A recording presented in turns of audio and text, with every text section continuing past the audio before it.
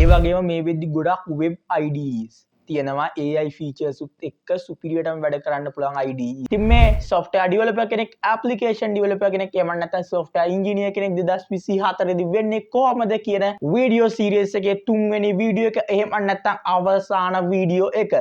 ඉතින් මේ වීඩියෝ එකේ කලින් වීඩියෝස් දෙක බලලා නැත්නම් ඔයාලට උඩ තියෙන link වලින් හෝ වීඩියෝ එක අවසානයේ තියෙන link වලින් හෝ පල්ලෙහා description එකේ තියෙන links වලින් එහෙම නැත්නම් Dragon Tech Officials කියලා YouTube එකේ search එකක් දාලා එහෙම නැත්නම් channel page එකට ගිහිල්ලා වීඩියෝස් දෙක බලලා එන්න අනිවාර්යෙන් මේක බලන්න කලින් තියෙනවා. ඉතින් ඔයාලට ඒ IDs try කරලා බලන්න පුළුවන්.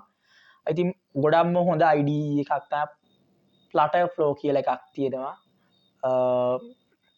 ඔයා Flutter developer කෙනෙක් නම් අනිවාර්යෙන් try කරලා බලන්න. ඒකට ගොඩක් හැබැයි ඔයාගේ process එක සහ RAM එක consume කරනවා web browser එකක් කරා run වෙන නිසා.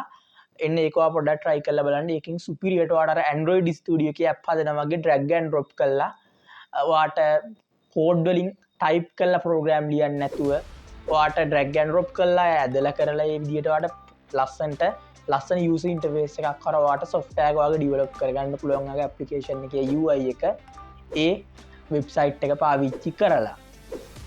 ඒකත් මං හිතන්නේ හොඳ IDE එකක්. ඔයා Flutter developer කෙනෙක් නම්. ඔයා Flutter වල කෝඩ් කරන්න ආසයි නැත්නම් ඔයාගේ සිස්ටම් එකේ ස්පෙක් මදි වගේ නම් ඔයාට VS Code එක තමයි ගොඩක් හොඳ. මොකද VS Code එක සාමාන්‍ය අඩු ස්පෙක් පාවිච්චි කරන්නේ. Visual Studio එක නම් මම recommend කරන්නේ නැහැ. ඔයා Flutter develop කරනවා නම් Flutter mobile හෝ විශේෂයෙන්ම ඔයාලට low spec computer එකක් තියෙනවා නම් VS Code එක Visual Studio එක නෙමෙයි VS Code එක අනිවාර්යෙන් පාවිච්චි කරන්න. ගොඩක් අය use කරන්නේ ඒක. ඔයාට අවශ්‍ය නම් කලින් කිව්වා වගේ web IDEs use කරන්න පුළුවන්. ඉතින් conclusion එක. ඉතින් conclusion එකේදී මම කියන්න ඕනේ ඉතින් ඔයා බය නැතුව මේ field එකට එන්න. ඇවිල්ලා ටික කාලයක් අවුරුද්දක් දෙකක් වැඩ කරන්න. එතකොට ඔයාට තේරෙයි සාමාන්‍යයෙන් යුනිවර්සිටි එක ග්‍රැජුවේට් කෙනෙක් වෙන කෙනෙක්ට වඩා ගොඩක් දේවල් ඔයා ඉගෙනගෙන තියෙයි කියලා. මේකේ ආපහු හැරීමක් නැහැ. මේ field එකට ආවොත් ආවම තමයි. ආය හැරීමක් නැහැ ගොඩක් අයට. ඒ කියන්නේ ඇඩික්ට් වෙනවා වගේ. සහ ඔයා දන්නේම නැහැ කාලය ගත වෙනවා අවුරුදු ගණන් මාස ගණන්. ඔයා සමහර වෙලාවට එක ප්‍රොජෙක්ට් එකකට මාස ගාණක් ඔහේ ගෙවිලා යනවා වගේ පළවෙනි ප්‍රොජෙක්ට් වල මාරම වේගෙන් කාලය යනවා. ඔයාට ප්‍රශ්නයක් අහම වට ඒක ඇදේ නිදාගෙන ඉද්දිත් ඔයාට ඒකට උත්තර තමයි මතක් වෙන්නේ. ඒකට ඔයාට අග්ගාල නැගිටලා ගිහලා ඒක try කරලා බලන්න. ඒ වගේ මාරම miracles තියෙන ඉන්ඩස්ට්‍රි එකක් තමයි programming කියන්නේ. ඒක superior experience එක. ඒකින්ද අනිවාර්යෙන් try කරන්න. try කරලා ඔයාට ආපහු යෑමක් නැහැ. ඒකින්ද අනිවාර්යෙන් හොඳට ගැම්මක් අරගෙන try කරන්න ඕනි. ඔයා අනිවාර්යෙන් අර කලින් කිව්ව programming languages වලින් consider කරලා බලන්න මොකක්ද use කරන්නේ. Python වගේ lazy language එකක්ම දිගටම use කරන්නේ නැත්නම් ගොඩාක් hard C languages වගේ use කරනවද? compiler language කියලා ඒවා තියෙනවා. ඉතින් ඒ වගේ මම කතා කරේ නැහැ වීඩියෝ එකේදී. ඒවා ගොඩක් complicated. සමහර අය ඉන්නවා real programmers ලා කියන්නේ ඒවායින් programs ලියන අය නැත්නම් binary code වලින්ම ලියන අය කියලා ඒ වගේ කතා කියන අය.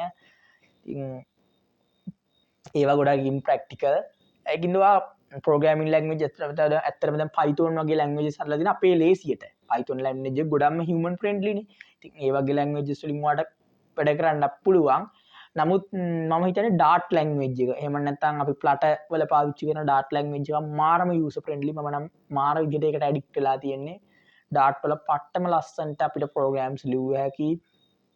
ඒකේ මාරම විදිහට documented කරලා දෙන අපිට මොකක් හරි drag කරා මේක අපි දෙන්න ඕනි parameters මොනවද හැම එකම මට personally මාස 3ක් 6ක් වගේ කාලයක් තමයි ගියේ Flutter ඉගෙනගෙන ඉන්න. දැන් නම් මට සාමාන්‍ය මොන හරි අලුත් දෙයක් මොකක් හරි අලුත් ප්‍රශ්නයක් ආවම ඉතින් මම AI වලින් තමයි AI එක වැඩ කරනවා තනියෙන් ඉගෙන ගන්නවා. කොහොම වුණත් මට දැන් ප්‍රශ්නයක් ආවම එකටම මම කරන්නේ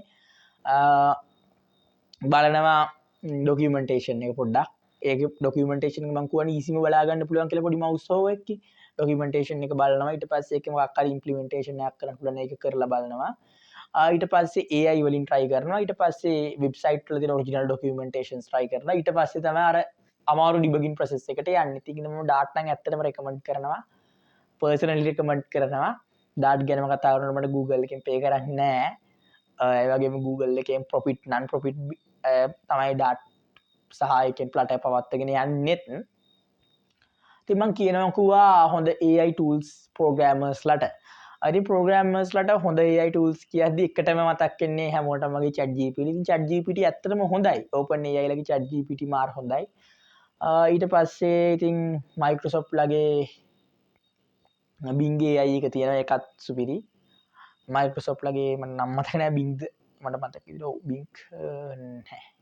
කොහොම හරි Microsoft ලගේ AI එකක් තියෙනවා. ඉතින් ඔයාලට ඒකත් පාවිච්චි කරන්න පුළුවන්. ඒකත් quality. ඊට පස්සේ Google ලගේ Gemini සුපිරිම AI එකක්. අයි මාරම quality AI model එකක්. ඉතින් Gemini වලින් ඔයාලට පට්ටම වැඩ කැලේ ටිකක් ගන්න පුළුවන්. ඉතින් Gemini වලින් හදපු applications මාර ගොඩක් තියෙනවා. ඉතින් අපි ඉස්සරහට YouTube එකේ වීඩියෝ එකක් දාන්නම් Gemini එක. දැන් Gemini ගොඩක් පරණයි Google ලගේ. නමුත් වීඩියෝ එකක් දාන්න උනේ නැහැ. ඉතින් අපි ඉස්සරහට වීඩියෝ එකක් පබ්ලිෂ් කරන්න. සමහරක් විට මේ වීඩියෝ එක දාන්න කලින් මේ වීඩියෝ එක පබ්ලිෂ් වෙලා තියෙයි.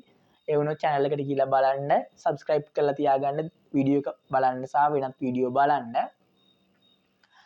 ඉතින් ඊට පස්සේ finally මම recommend කරනවා Flutter වලින් develop කරන්න යනවා නම් ඔයාලට Flutter AI එකක් තියෙනවා. ඒක Google Gemini AI එක හරහා තමයි හදලා තියෙන්නේ. ඔයාලට Gemini APK key එකක් අරගෙන ඒ APK key එක දීලා ඔයාලට register වෙන්න පුළුවන්. Visual Studio එකට Visual Studio code එකට extension එක විදිහට ඔයාලට ඒක download කරගෙන වැඩ කරන්න තියෙන්නේ. ඉතින් AI වලින් මාරම වගේ වැඩේ ඔයාලට ඉගෙන ගන්න ලේසි. ඇත්තටම මම වගේ කම්මැලි කෙනෙක්ට උනත් වගේ කෙනෙක් වුණත් ඔයා අයි කියෝ ඉන්න දෙයක් නැහැ. වීඩියෝ වල පැය ගණන් ඇදලා වීඩියෝ වල පැය ගණන් විනාඩි 30 40 සමහරලාට පුංචි වැඩක් කරන්න උගන්වනවා අහගෙන ඉන්න ඕනේ නැහැ. ටක් ගාලා AI එකකින් අපිට කෝඩ් එක අහගත්තා දැම්මා ඊට පස්සේ මොනවා හරි අඩුපාඩු දුන්නා අපි ෆික්ස් කරා AI එක කතා කර අපිට ඉගෙන ගන්න පුළුවන් මාරම විදියට. ඉතින් මම අද වෙනකොට මේ විදිහේ වීඩියෝ එකක් කරන්න තරම් ප්‍රෝග්‍රෑමින් ගැන ඉගෙන ගත්තේ AI වලින්. ටියුටෝරියල්ස් පැය 10ක් 15ක් බලලා ඇති උඩරිම. ඊට අමතරව ඇත්තටම AI වලින් තමයි ගොඩක් ඉගෙන ගත්තේ. සහ self study වලින් self study ගොඩක් improve උනේ AI හින්දා. ඉතින් ඒකෙන්ද ඔයාටත් අනිවාර්යෙන් AI try කරලා බලුව හැකි. ඉතින් ඉස්සරහට ගොඩක් දුරට හැම IDE එකම AI Copilot එකක් include වෙලා. ඉතින් ඔයා දැන් දන්නවා ඔයා AWS ඒ කියන්නේ Amazon Web Services එක වැඩ කරන කෙනෙක් නම් දැන්ට පොඩි programming දේවල් කරලා තියෙනවා නම් AWS එකෙන් දැන් Copilot version එකක් දාලා තියෙනවා Amazon ලා. ඒකින් අපිට ඕන ප්‍රශ්නයක් අහන්න පුළුවන් AWS එක ගැන, ඒක implementations ගැන. ඉතින් ඒ වගේම Android Studio එකටත් ඊට පස්සේ Xcode එකටත් VS Code එකට ඒ වගේම Visual Studio එකටත් ඉදිරියේදී AI Copilots අපි බලාපොරොත්තු වෙනවා අනිවාර්යෙන්. AI applications හැම එකේම AI include කරලා එනවා. ඉතින් ඔයාලට ඒවා පාවිච්චි කරන්න පුළුවන්. පාවිච්චි කරන්න තමයි තියෙන්නේ. ඉතින් ඔයා AI වලට බය හැංගිලා හිටියොත් ඩයිනෝසෝස් ලට වුණා වගේ වඩා මඳ වෙලා යන්න වෙනවා. සහ AI use නොකර ඔයා AI වලට වඩා චණ්ඩික් කියලා වැඩක් කියලා හිතාගෙන ගියත් ඔයා නිකන් ඔයාගේ කාලය නාස්ති කරගන්නවා. ඉතින් ඔයාට ජීවිතේ ඔයා කැල්කියුලේට් කරලා බලුවා ඔයාට ඉතා සීමිත කාලයක් තියෙන මේ ලයිෆ් එක තුල. ඉතින් ඒකෙදි හොඳට කාලය ගැන හිතලා බලන්න. එතකොට AI එකක් use කරලා විනාඩි 10ක් use අතුරු කරගත්තා වගේ project එකේ විනාඩි 10ක් ඔයාලට සමහරක් විට වටිනවා වෙන්න පුළුවන්. ඔයාට ටික කාලයක් ගියාට පස්සේ ඒ වගේ විනාඩි 10 ඒවා 10ක් 15 එකතු වෙනකොටම පැයකට වැඩි කාලයක් යනවා. ඉතින් එහෙම හිතලා බලන්න පොඩ්ඩක් ඒ විදිහට. ඉතින් කොහොම හරි මොකද මේ වීඩියෝ එක ගැන හිතන්නේ? ඔයා ප්‍රෝග්‍රෑමර් කෙනෙක් නම් දැන්ටම ඔයා මොනවද මං කියපු දේවල් ගැන හිතන්නේ සහ ඔයාගේ අයිඩියාස් මොනවද වගේ එක්ස්පීරියන්ස් එක මොනවද වගේ දේවල් පල්ලෙන් කමෙන්ට් කරන්න. ඒ වගේම ප්‍රශ්න ගැටලු මොනවද තියෙනවා නම් ඒවත් කමෙන්ට් කරන්න. ඉතින් මගේ ස්ටුඩියෝ ලයිට්ස් ටික පොඩ්ඩක් හાર્ඩ්. අද අලුත් ලයිට්ස් තියෙන ලයිට් සෙටප් එක. ඒ නිසා පොඩ්ඩක් ඒවා හાર્ඩ්ස් මම නිකන් ඇහිපිය ගාලා පොඩ්ඩක් අමාරු වගේ වීඩියෝ එකේ දැහවා දකින්න නැති. ඒ නිසා කලින් වීඩියෝ එකක් කාට මතකද ටින්නම් බෙක් ගන්න එක ගැන කරපු වීඩියෝ එක බලුණා. ඒකේ පොඩ්ඩක් අපේ ලයිටින්ස් අවුල් වෙලා තිබුණා. ඊට පස්සේ පොඩක් ප්‍රශ්න වුණා ඒ වීඩියෝ එකේ. කොහොමද අලුත් ලයිට්ස් වලින් මගේ S2ට ටිකක් අමාරුයි. ඒ වගේම ඔයාලට මොනවා හරි ප්‍රශ්නයක් තියෙනවා නම් පර්සනල් ප්‍රශ්නයක් ඔයාලට පුළුවන් මගේ WhatsApp number එකට හෝ මගේ email එකට message එකක් දාන්න ඒ සම්බන්ධව. ඒතකොට අපිට කතා කරගන්න පුළුවන්. ඔයාලට උදව් කරන්න පුළුවන්. මම 100 දෙනෙක්ට වැඩි පිරිසකට මේ වෙද්දි උදව් කරලා තියෙනවා personally WhatsApp හරහා.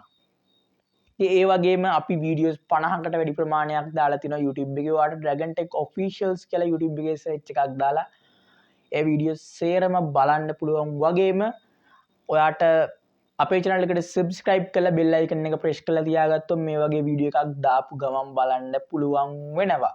කැමති නම් like කරන්න, අකමැති නම් වෙනද වගේම dislike කරන්න පුළුවන්. මොකද ඒකෙන් තමයි අපි වගේ feedback එක ලබා ගන්නෙ.